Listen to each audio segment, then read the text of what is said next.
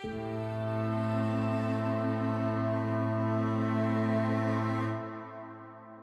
think the worst thing that has happened to cinema was that we've standardized the three-act structure as the only way a movie can be told.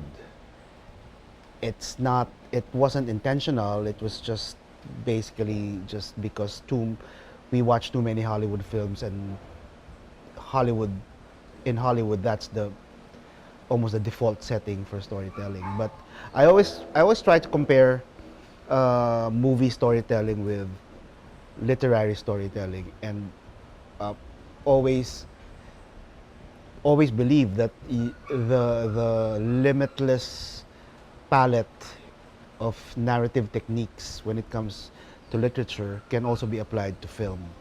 So basically, my basic philosophy for how to tell a story in cinema is that anything goes. You can there's the again the we go back to the three-act structure. That's the form that everybody seems to be fond of.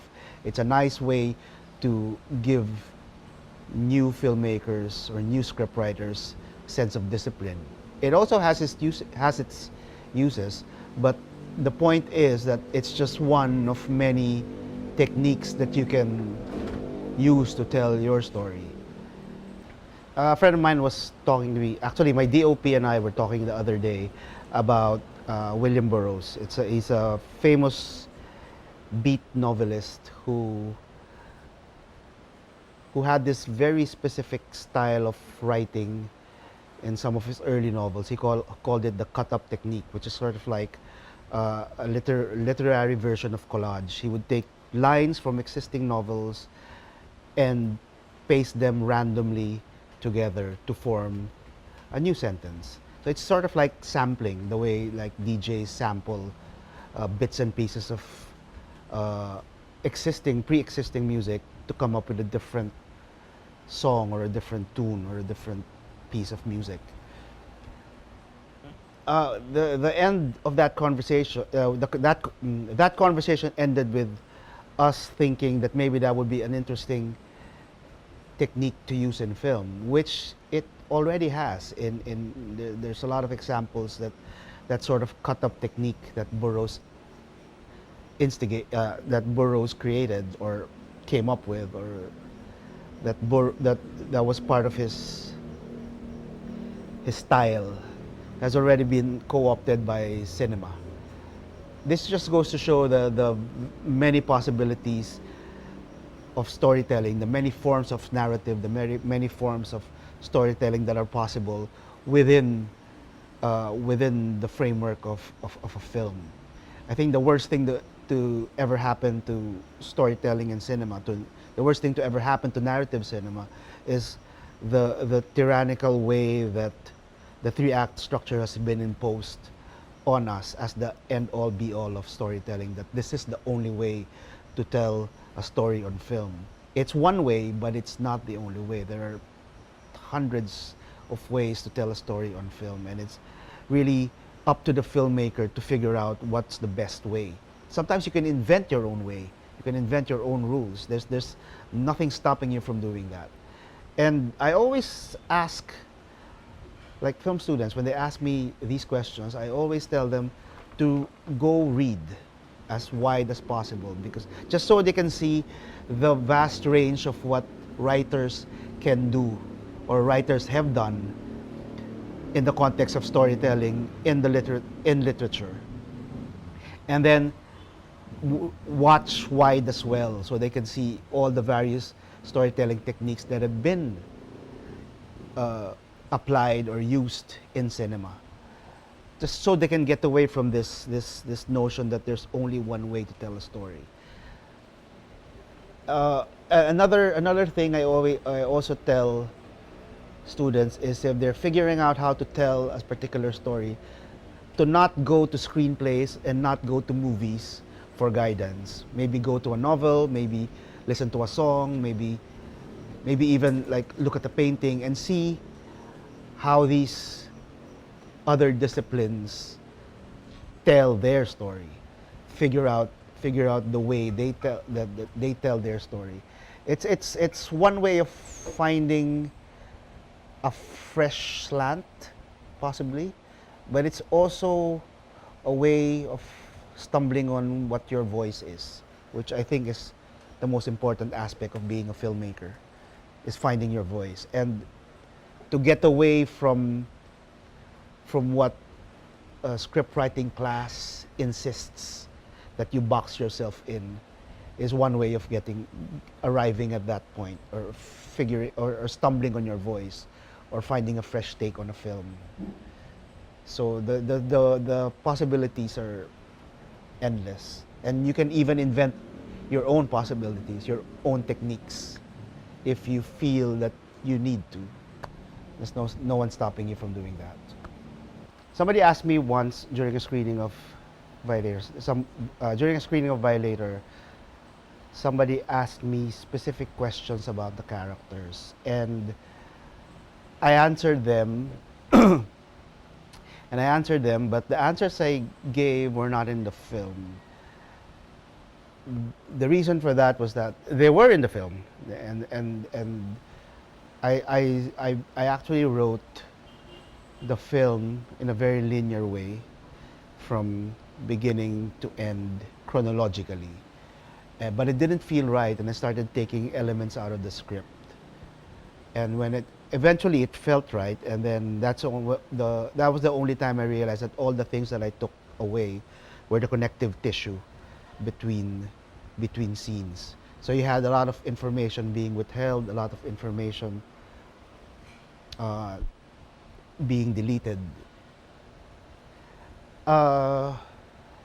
That was me arriving at a sort of technique in terms of how I told that story, that particular story. And in a way, it's become sort of like my default as well, to write the story out as linearly, as chronologically and as linear as I could possibly make it, and then take out the scenes that I don't want. Most of the time, what the scenes that I do take out are the scenes that connect.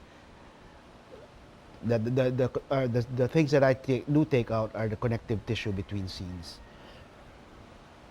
It's not a foolproof technique. It's not a technique that will work for all sorts of material, but it's one way for me to tell the story the way I feel it should be told. I'm not sure if there's a precedent to that technique. I don't even want to claim that I invented it. I accidentally stumbled on it. I wasn't even aware that I was doing that. But that was one way.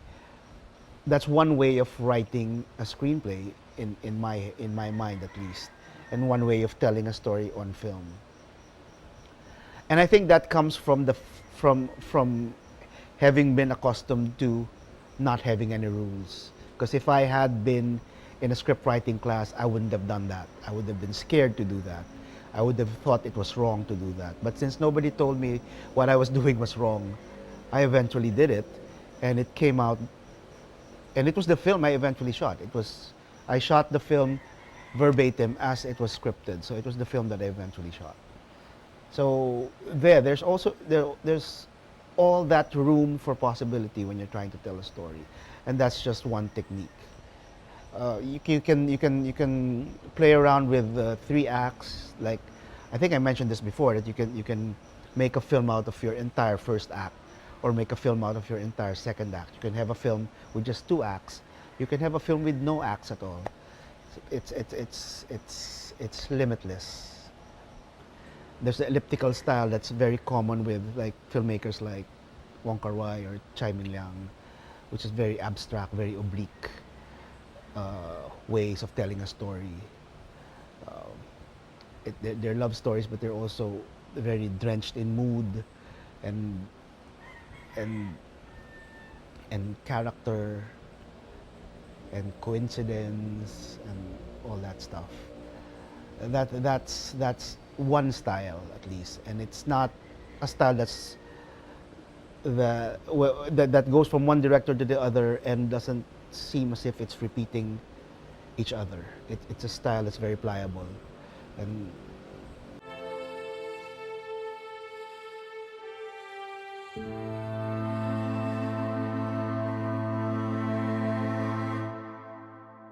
conflict is essential to a narrative because it conflict is what moves the story from one point to the other, or what moves a character to go from one point to another. That's the fundamental function and concept of what conflict in a narrative is. Now, in terms of creating conflict, I'm not sure if you create conflict. I think it comes from where your story comes from. I mean, you have plot-driven films where you have formula conflicts being inserted into the film, and some of it works, some of it doesn't. It's because it's formula, it's by the numbers. But like I said before, a conflict doesn't have to be very big. It can be very, very small. Creating it, I think, goes hand in hand with it's intertwined into the fabric of the story. If you come up with the story you're trying to tell, I mean, it's a bit of a stretch to claim that every story has a conflict, but essentially it does. It's not something you create in a vacuum. It's not something you're supposed to create in a vacuum separately from the story.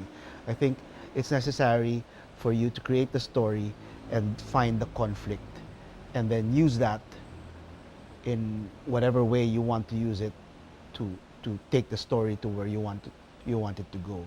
As a conflict is there to move either a character or the narrative, but it could go whichever way you want it to go. It could be resolved or unresolved.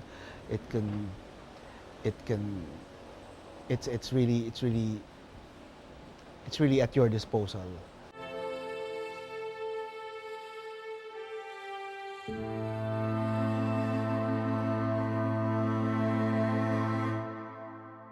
If you're a screenwriter who's also a director and who also knows how a production works, when you're writing a screenplay,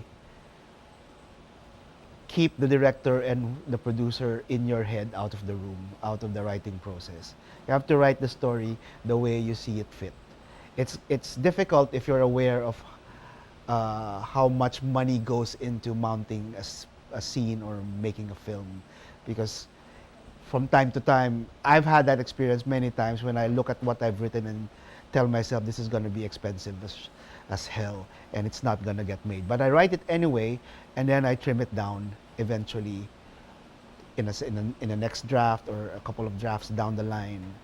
Or sometimes when faced with the actual budget that we have, I have to scale down certain scenes to make it fit. But the story always comes first. Everything else comes after. The budget, basically the budget. But there are some cases where you have a working budget. You're given a working budget, and this is going to happen to most of you filmmakers at some point in your career. When somebody's going to give you a budget, I have 4 million pesos, for example. What story do you have that you can make for 4 million? And that's a reverse way of creating. There's nothing wrong with that either. You can write a story to a certain budget. But ideally and in principle, theoretically, everything starts with the screenplay and then the budget comes in after.